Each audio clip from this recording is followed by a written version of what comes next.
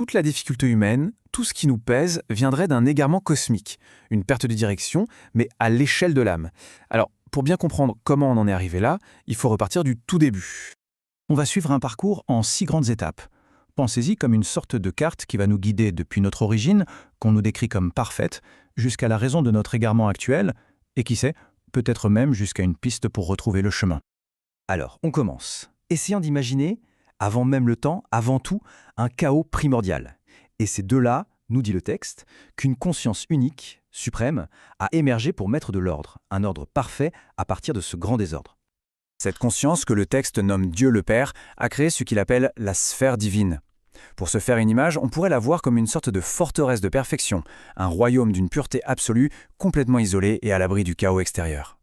Et au centre de cette sphère, il y a une idée assez fascinante.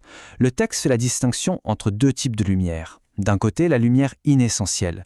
Ça, c'est l'essence même de Dieu, pure, non manifestée, un peu comme le cœur du soleil. Et de l'autre, la lumière essentielle.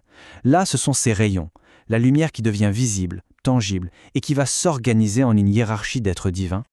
Mais attention, l'histoire ne s'arrête pas à cette sphère parfaite, loin de là, parce qu'au-delà de ses frontières, eh bien quelque chose d'autre commençait à s'agiter, à un potentiel de vie qui, lui aussi, aspirait à exister. Imaginez ça comme des étincelles lointaines de cette lumière originelle, une sorte de poussière d'étoiles spirituelle. Ces éléments n'étaient pas encore des êtres conscients, non, mais ils portaient en eux toute la promesse de le devenir un jour.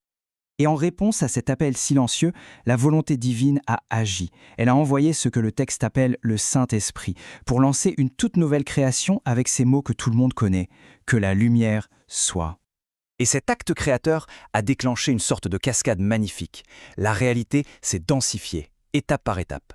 En partant du royaume divin, pur et parfait, on passe au spirituel, puis à l'essentiel, pour finalement arriver au point le plus dense, le plus éloigné de la source, notre monde matériel.